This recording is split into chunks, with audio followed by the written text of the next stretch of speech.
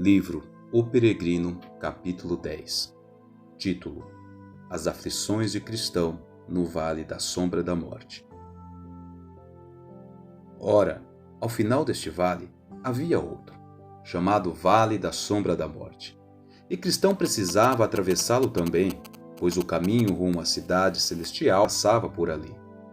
Tal vale é lugar bastante desolado, e o profeta Jeremias assim o descreveu: um deserto, uma terra árida e cheia de covas, uma terra seca e de trevas, terra pela qual não um cristão passa. Ora, ali cristão sofreu provação pior do que sua batalha contra Polion. Cristão falou com eles assim: onde vocês vão? Os homens responderam: estamos voltando. E é bom que trate de fazer o mesmo se é que você preza a vida ou a paz. Respondeu cristão: por quê? Qual é o problema? Problema?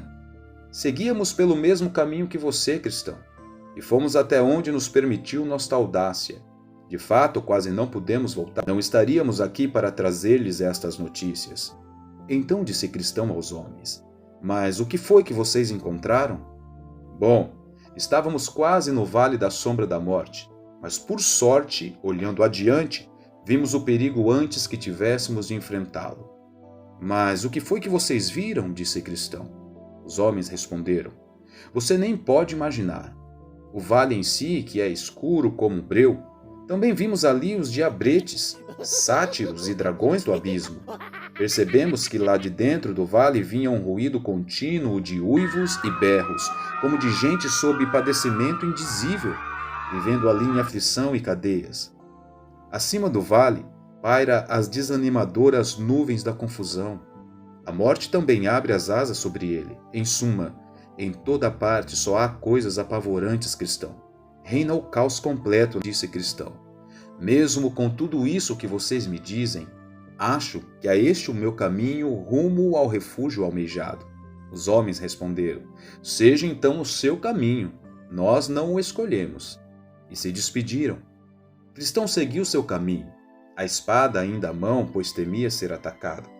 Vi então em meu sonho que, até onde se estendia o vale, havia à direita um fosso muito profundo, aquele para o qual os cegos conduzem os cegos em todas as eras, todos eles perecendo miseravelmente. E eis que à esquerda havia um pântano extremamente perigoso, no qual, mesmo se um bom homem cair, não acha apoio para se pôr de pé. Neste pântano, o próprio rei Davi caiu certa vez, e sem dúvida nenhuma teria ali se afogado, não houvesse sido resgatado pelo poderoso. Também o caminho era ali extremamente estreito, e o bom cristão, mais do que nunca, tinha de se ater a ele, pois quando nas trevas buscava evitar o fosso de um lado, quase mergulhava no lamaçal do outro, e enquanto procurava escapar do lamaçal, não tomasse grande cuidado, cairia no fosso. Assim avançava, e ali ouvi que ele suspirava amargamente, pois além dos perigos mencionados acima, a trilha era tão escura que muitas vezes, quando erguia o pé para dar um passo, não sabia onde ou sobre o que pisaria.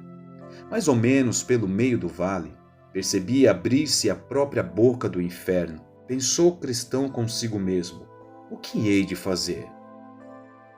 E as chamas e os fumos brotavam do abismo em abundância, incessantemente com centelhas e sons horripilantes, coisas insensíveis à espada de cristão, ao contrário de Apolião.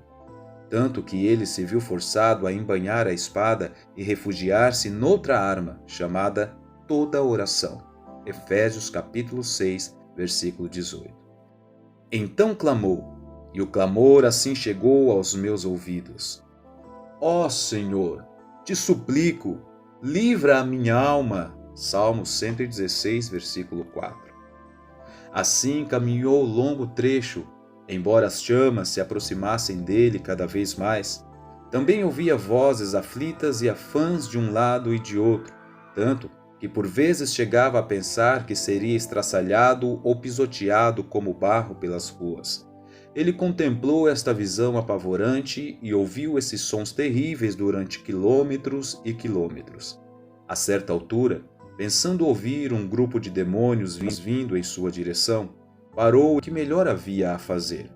Às vezes lhe cruzava a mente a sombra da ideia de voltar. Depois, pensava que já deveria estar no meio do caminho, no final do vale. Pensava também que já havia sofrido muitos perigos e que o risco de voltar talvez fosse muito maior do que o de avançar. Portanto, determinou-se a prosseguir. Todavia, os demônios pareciam se aproximar cada vez mais, mas quando já estava quase sobre ele, clamou com voz muitíssimo intensa: "Andarei na força do meu Senhor Deus!" gritou o cristão. E os demônios recuaram, não se aproximaram mais. Um detalhe não quero esquecer. Reparei que agora cristão se achava tão confuso que já não conhecia a própria voz. E foi assim que o percebi. Justamente quando chegava diante da boca do abismo ardente, um dos malignos postou-se atrás dele e de modo sutil se aproximou, sugerindo-lhe aos sussurros muitas blasfêmias repulsivas que ele de fato julgou terem nascido de seus próprios pensamentos. Isso perturbou mais cristão do que tudo que enfrentara até ali, chegando mesmo a pensar que ia blasfemar contra aquele que tanto amara antes. Se pudesse, porém, evitá-lo, não o faria, mas não teve discernimento para tapar os ouvidos nem para compreender de onde vinham essas blasfêmias. Depois de viajar por tanto tempo considerável nesta situação desalentadora, julgou ouvir a voz de um homem que à frente dele dizia: "Embora ande pelo vale da sombra da morte, não temerei mal nenhum, pois tu estás comigo."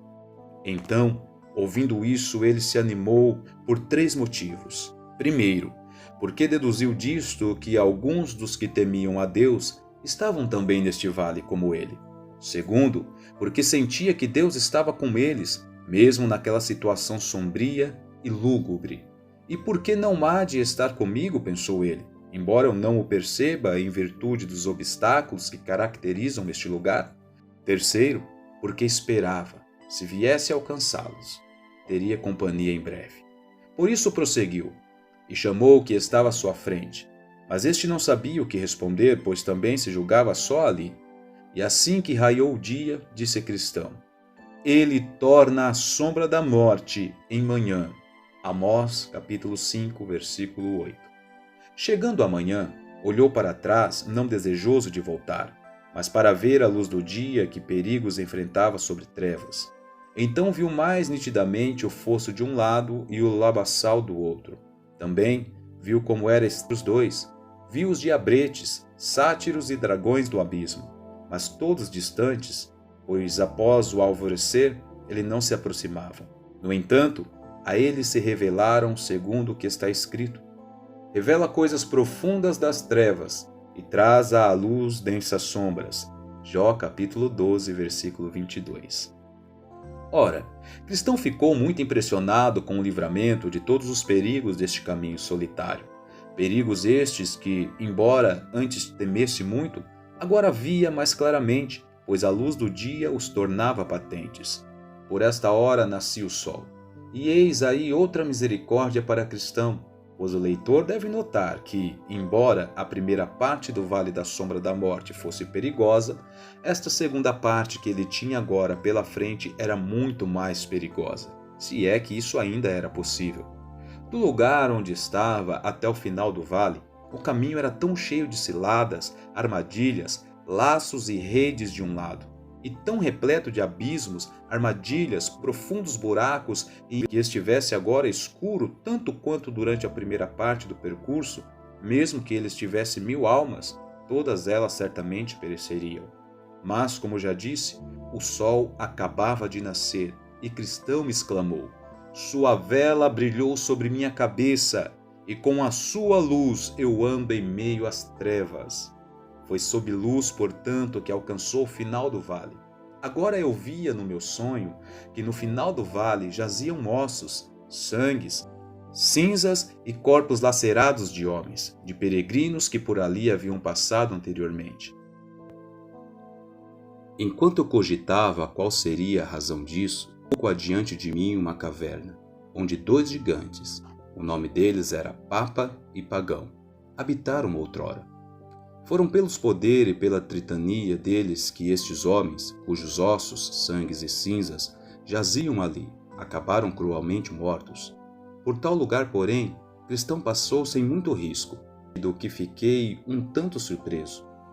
No entanto, soube depois que Pagão estava morto havia muito tempo, e quanto ao outro, embora ainda vivo, em virtude da idade avançada e também dos muitos combates acirrados que enfrentara nos anos mais jovens, estava tão louco e tanto o atacava o reumatismo que agora pouco mais fazia além de sentar-se à estrada da caverna, roendo as unhas e rindo maliciosamente dos peregrinos que passavam, pois não conseguia se aproximar deles. Vi, portanto, que Cristão seguia o seu caminho, embora ao ver o velho sentado à entrada da caverna não soubesse o que pensar, pois este, mesmo sem poder persegui-lo, falou: "Não vão se emendar, não é?" disse o velho. "Enquanto mais de vocês não forem queimados vivos." Mas Cristão seguiu calado. Ensaiou um semblante tranquilo e afastou-se dali incólume. Depois salmodiou dizendo: "Ó mundo de maravilhas, a vida conservei. Em meio mesmo às angústias que aqui achei, abençoada a mão que me salvou disso tudo, trevas, demônios e inferno, pecados mais agudos, me envolveram, me cercaram de fato, enquanto neste vale estive, chão ingrato.